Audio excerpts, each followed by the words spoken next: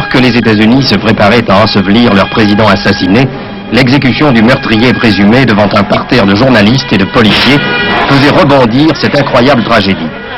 Bizarre péripétie dont le résultat fut d'obscurcir encore le mystère qui entourait l'attentat de Dallas.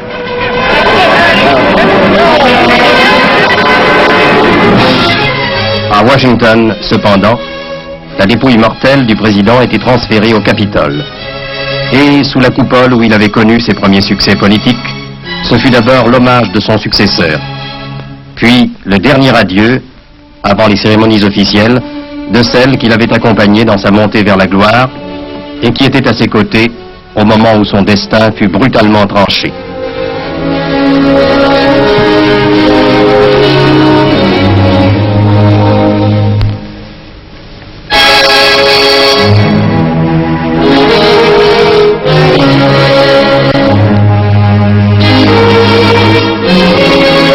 Ce fut enfin l'interminable hommage de la foule, celui des gens du peuple, blancs et noirs confondus, comme s'il voulait donner au disparu la preuve que ses efforts n'avaient pas été vains, comme s'il voulait lui offrir cette ultime victoire.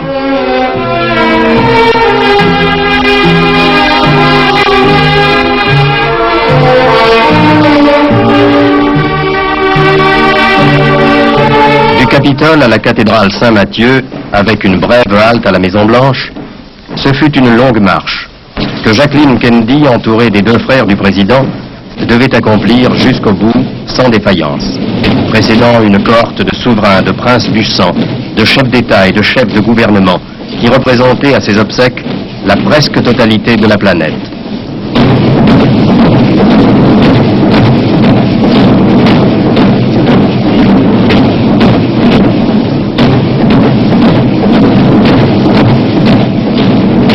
La cathédrale Saint-Matthieu, paroisse de la famille Kennedy, où allait être dite la messe de Requiem, n'avait jamais connu une telle affluence de personnalités mondiales. Et la présence dans ce lieu saint du représentant de l'Union soviétique, Anastase Mikoyan, ne fut pas l'hommage le moins éclatant qu'ait reçu à la porte du tombeau le président Kennedy.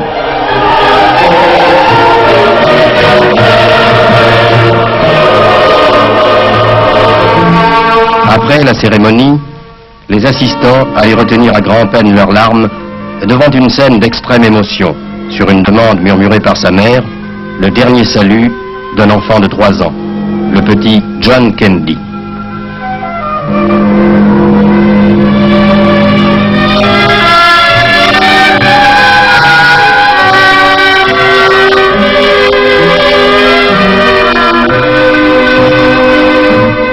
Les larges avenues de Washington sont bornées par l'histoire. Du monument Lincoln au cimetière d'Arlington, chaque jalon est une page de la grandeur américaine. Le président Kennedy reposera sous la verte pelouse où dorment déjà 125 000 héros tombés pour leur pays.